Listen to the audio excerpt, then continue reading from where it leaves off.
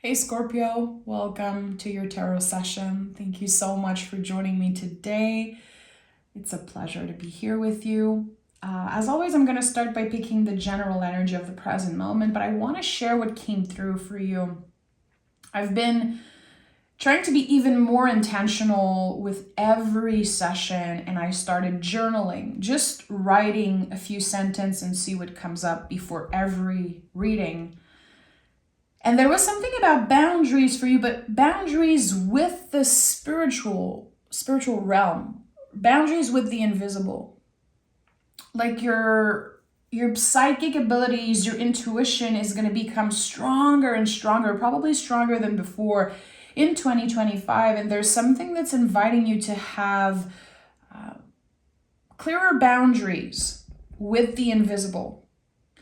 I felt like someone was just calling in anything that wanted to communicate with them, something like that. And the message I got was not all ancestors are nice people. I feel like there's this misconception sometimes when you die, you just suddenly become a saint. No, you don't necessarily become this great person when you are in the afterlife or whatever you believe in. But there is something here again about boundaries, clear boundaries. And if you know that an ancestor wasn't so good, to say it out loud. I don't welcome you in my space. I don't want to receive messages from you. And I think that by being clearer, it will leave more space for the energies and your well ancestors that are wanting to communicate with you. So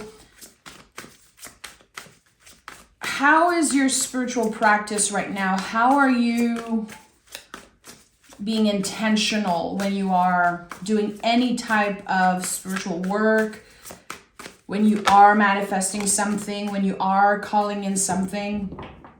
Again, I just feel like I had to share that with you. We have the 10 of Pentacles here. This is my card for ancestors, so it makes a lot of sense. To be intentional whenever you sit down and work with the tarot, or even when you are inviting messages, again, to just say, I don't welcome bad energies in my space. I am protected. I don't want to receive messages from my ancestors that are not well ancestors. Or you can create some type of a little mantra or a little ritual, very simple thing that you can do just to protect your energy even more. And look at that, we have the Wheel of Fortune. So let me just start this session because this is interesting. Something's already moving for you. And with the 10 of Pentacles, you're definitely moving through some type of portal, or you've been looking for some type of portal. Someone has been inviting more magic into their life. They want something to change. They want to feel more, enjoy life more. And I think you're actively working on that. The universe is on your side, my friend. The Wheel of Fortune is the most esoteric card in the tarot. But with the 10 of Pentacles, again, it's like not everyone is welcome in your space. And I'm also talking about physical energies to make sure that you are actively working on protecting yourself, because you are Scorpio. Fixed water is like this massive fixed water energy. It's just anything that comes in can stay there. I think there's some type of a clearing that needs to happen, or more protection. Okay, so the wheel is turning in your favor, always. The Wheel of Fortune is always moving for your greater good. We don't know the outcome. We're not supposed to know exactly how things are going to turn out. But we are invited to be present with each step. Each step of the way, can we be present? With every feeling, can we tend to every feeling that come up? It's about being present. It's about finding your center and staying there no matter what. So someone is becoming intouchable, really, because of their clearer, stronger boundaries, and also because their psychic abilities are becoming more powerful in some way. There's a lot of stuff that is coming up, Scorpio. So thank you for sticking around. Thank you for being patient with me. I feel like my brain is going 1,000 miles an hour, and I'm just trying to be intentional and present with what is coming up for me. And there's a lot. So the star is here. Interesting. So when I see this card, especially right now that we're moving in the age of Aquarius, it really is about finding your own unique signature. Whatever you want to do, whatever you're investing time and energy in, whatever your goals are for 2025, I think that the important thing is to do it your own way. And Scorpio has this ability. Scorpio is, in my opinion, a powerful influence for everyone else in the zodiac to be themselves. This is what I love the most about Scorpios in my life. That and the fact that I truly believe that you guys are the nicest people, and you don't get credit for that. Because every time I stop and think, like, who are the nicest people in my life? Scorpios, all Scorpios. You guys have a bad rep for certain things, but I think it really is about this misconception of you. And the scorpion can be, the symbol can seem very scary, but actually no, you guys are the nicest freaking people. And I think that and the fact that you can always identify who is a Scorpio. Not necessarily because of your style, but there's this unique thing about you. When you see someone that just follows their own rule, usually there are Scorpios. So there's something here that says that's the key. This thing that you feel is different about you, maybe this thing that you've been judged for, it's the key here. It's your superpower, and it's essential. It wants to be at the center of 2025 for you. And I think that the more uncomfortable it is to be yourself around something, I think that the more powerful it is. We are uncomfortable because the brain gets in the way. And I think that when we move through that, when we get out of our comfort zone and we just show up for ourselves as we are, magic truly happens. And this is what's happening here for you. And I felt like, I don't know why I said that earlier, like you've been looking for a portal. You're creating that. You're creating this unique energy, this unique portal. It's your own lane. It's your own lane, my friend. Look at that. Strength card is here. Yeah, this is the inner light. This is your truest self. And the Strength card, it feels like it's the opposite of the Devil card. In the Devil card, we have to identify our quote-unquote beast because it can control us. It can make us live our life backwards. And here in the Strength card, we control the beast. We are in control. It's not about suppressing the darkness. It's about working, collaborating with it. So the things that you don't really like about yourself, the things that you're trying to change, I think there's something beautiful there that needs to be acknowledged. Why am I trying to change? If I'm not hurting anyone, if I'm not hurting myself, why am I trying to change? And this is when the lesson of the Devil card comes up. It's like, okay, maybe that's an old belief. But when I look within, when I tap into that energy again, this light that never goes out, the Strength card is the sun. It's your truest self. Authenticity wins, baby. Like, it will always win. And I think you are the perfect example of that. So in 2025, you're showing up more authentically, unapologetically, and this is who I am. So I feel like recently you could have been rediscovering parts of yourself that were lost or that were just on pause. I have a lovely Scorpio friend, and I'm not going to mention his name, just because I want to be respectful, but he told me that recently he started just going to goth clubs and dancing the night away, just dancing the pain away. And he was like, I feel like it's changing me. It's the best thing ever. And it really is about, with the Three of Cups, finding this space, finding this community. Maybe it reminds me of him so much. And I'm so inspired by that.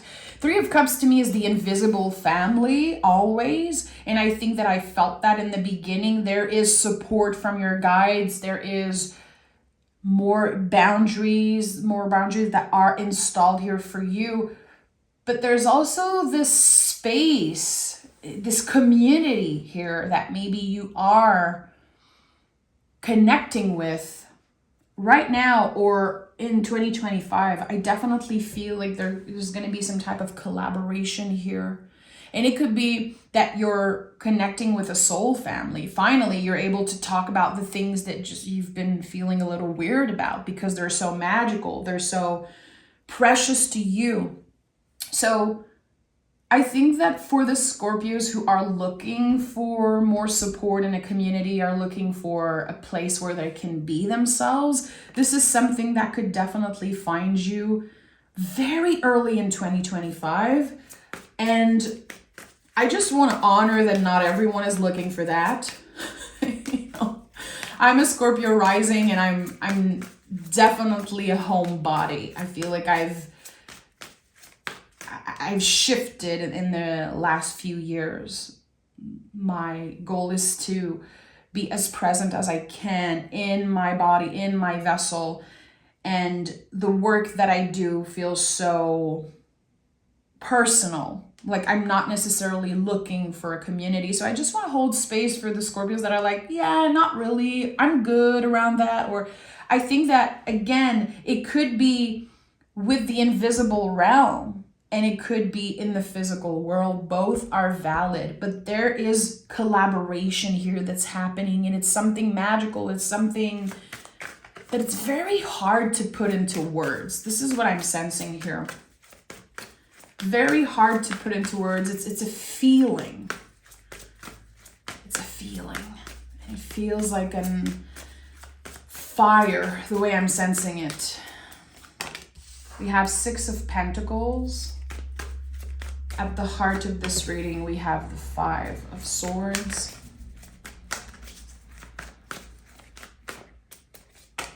And the Knight of Pentacles. This is so obvious to me.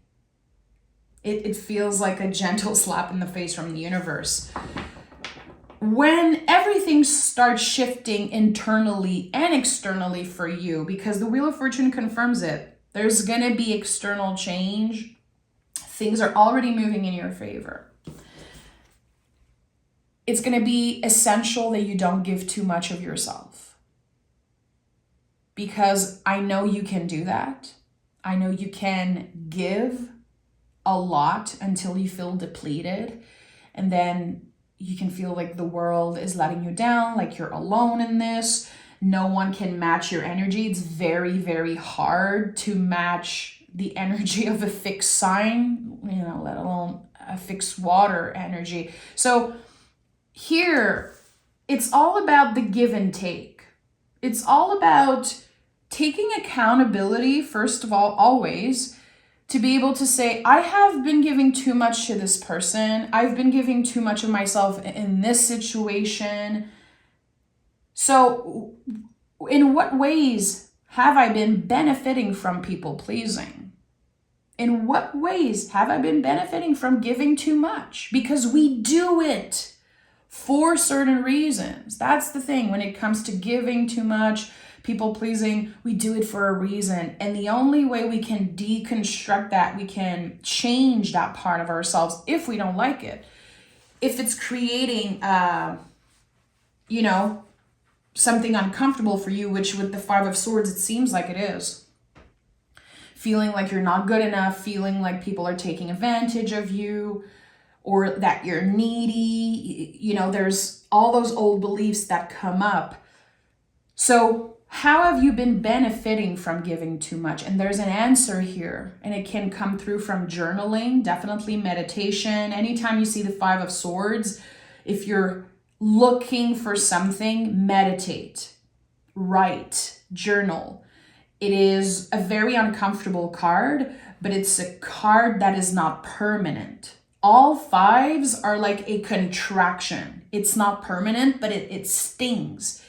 But the 5s are probably the most powerful medicine in the tarot.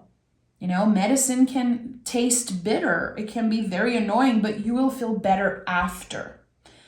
And there's always some type of healing that comes through this. There's some type of deeper understanding of the self and also of a situation. So here, it might be uncomfortable. Again, it might feel like a contraction, some type of revelation that you're getting in the next few weeks, in the next few days after listening to this reading. And you're like, so what am I going to do here? How am I going to move through this situation? How am I going to move through this thing that is so uncomfortable for my mind? And the Knight of Pentacles is here. This is all about movement. The Knights are inviting us to question the quality of movements in our life. And so much can be contained in just this word movement. Literally, it can go as far as, are you driving recklessly? I know it sounds, basic and maybe a little weird for you, but when you think about movement in your life, it's not just about moving your body. It really is about how you show up. And the Knight of Pentacles is showing up in alignment with his values. He has to ask himself, what do I value the most? What is the most important thing for me right now? So again, for you, is it to find a community, or is it to strengthen this relationship within yourself? To really tap into this inner light and figure out, what do I have to offer to the world? What is next for me? What is my mission? And for others, it's going to be everything intertwined. You don't have to isolate to figure out who you are. Humans, we grow through getting uncomfortable and through our connections with others. And that's just the fact. That's not a spiritual thing. That's a scientific thing. So when we get uncomfortable, we grow, we learn. When we connect with others, we grow, we learn. But everything can be contained in that. But it's essential to move slow, to be present and as intentional as you can. This is going to be the whole theme of 2025. It's a hermit year. We are leaving behind the strength year, and we are moving in hermit year. It's about consistency and being intentional. It's not about rushing. It's about knowing when to pause, and it's about connecting with our bodies, with our vessels, to understand that we know ourselves better than anyone. We are the hermit. That's the thing. The answers are within you already. But if you're not listening, if you're not present, you're not going to hear that, and you're going to look outside of yourself for answers. This is one of the struggle of fixed signs. We love to look outside of ourselves for answers and validation, or we don't really love it, but we do it sometimes unconsciously. And I think that when we're able to change that, we realize, I'm the wise teacher here. I'm my own wise teacher. I am my own hermit, my own hierophant, my own star card. I am the Wheel of Fortune. I am those archetypes. So really, everything outside of yourself is inspiration. It's to inspire you, but it's not there to control you. It's not there so you can recreate it. What is your own way of doing things? And a lot of the times, again, this own unique signature is something that we've been judged for so many times. So many times. Like, I feel like And that's just me being super honest, with, like transparent with you, because I feel comfortable with the Scorpio collective. Again, I'm a Scorpio rising. Listen, I feel like we get each other. I was judged so much for my magic as a kid, as a teenager, as a young adult. It was weird for me. I remember feeling so much shame around sharing with folks that I read the tarot, that I know things, that I can connect with my guides, that I, you know, have this magical ability within me. It used to be all contained in shame for me because I've been judged for it. And then eventually I found a soul, you know, my soul family. I connected with people a lot later in life that were noticing, acknowledging, celebrating this magic within me. And that helped me. But I still had to do the work within myself. It was not just about getting this external validation, but it helped. So really, we're trying to find a balance. Six of Pentacles is a beautiful example of that. To find a balance between doing the inner work, but also knowing when we need to ask for help. If you think about the Five of Pentacles, which is the card that comes right before the Six, you can see folks walking in front of a church in the winter, and they are not asking for help. They are choosing to stay uncomfortable and not ask for help. So where is that balance? Where is that balance here? And I think that we're all working on finding that. And it's not easy. It requires so much self-compassion to be on the road of balance, you know, just to not be an extreme all the time. It's about being consistent, and it's about letting ourselves make mistakes. That's how we find balance, and it's not easy. When you're a perfectionist, when you've been punished also as a kid, this is something that is so important. Like, were you punished as a kid when you were choosing for yourself, when you were trying to be independent, when you were showing that authenticity? When you made a mistake as a kid, were you punished all the time, or was there that fear of being punished? That's something that we carry with us. Like, the body holds the count. Four of Pentacles is here. The body holds the count. Like, our vessels remember that, you know, if you do this, you're going to get punished. And I know we're not in the same boat. I'm just honoring what comes up here for me. I feel very connected to this reading. But this is something that I still struggle with sometimes. I'm 35 years old, and sometimes I notice that I clean my house in a way that, like, someone is going to watch over me. Like, someone is going to be mad if I don't do it correctly. It's my damn house. It doesn't have to be perfect. But that's just an example of how sometimes we are moving through life from a place of fear instead of being intentional, instead of making sure that, hey, this is actually what I value in life, you know? So, Four of Pentacles, it really is a reminder that your vessel, your body is wise. It's body wisdom. It's so essential. And the fours in the tarot are like this cosmic fourth. And they can really shine a light on where in your life do you need more comfort. And here it's about the physical, it's about your space. It could also be, of course, your finances. Maybe your only real goal for 2025 is like to have enough to not be stressed about paying your bills, to have enough to maybe travel or do something special. Pentacles are not coins. I don't believe in that. Pentacles are pentagrams. They are magical and they can contain anything. So I just want to be clear that this doesn't have to be about money, but it could be about anything that is contained in the Pentacles energy. All the senses, anything that feels a little kind of Venusian, again, body, money, your house, your values, your root systems, your beliefs also. The pentacles are very malleable, so they can contain so much. But here, there's something material, physical, that you need more comfort around. What is it? What is it?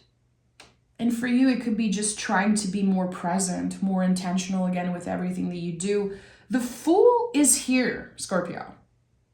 The Fool is the soul of the tarot. It's a little bit like the Star card, very connected to our own unique signature, because this is the egg, you know, it's number 0.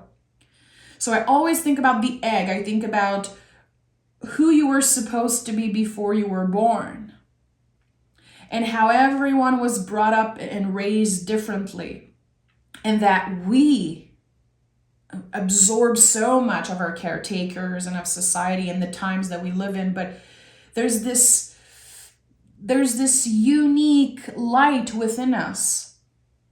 For some of us, it's the inner child. And as I shared, to me, really, the Fool has been, and the Strength card, this inner light, has been about reconnecting with this part of me that was so magical. And to me, it really is like 7 years old. For you, it could be something so different. It could be that you never had the opportunity to connect with that magical part of yourself, as deeply as you would want to. But can you pinpoint like a version of you that was so magical that wasn't moving from an ego place or a place of fear?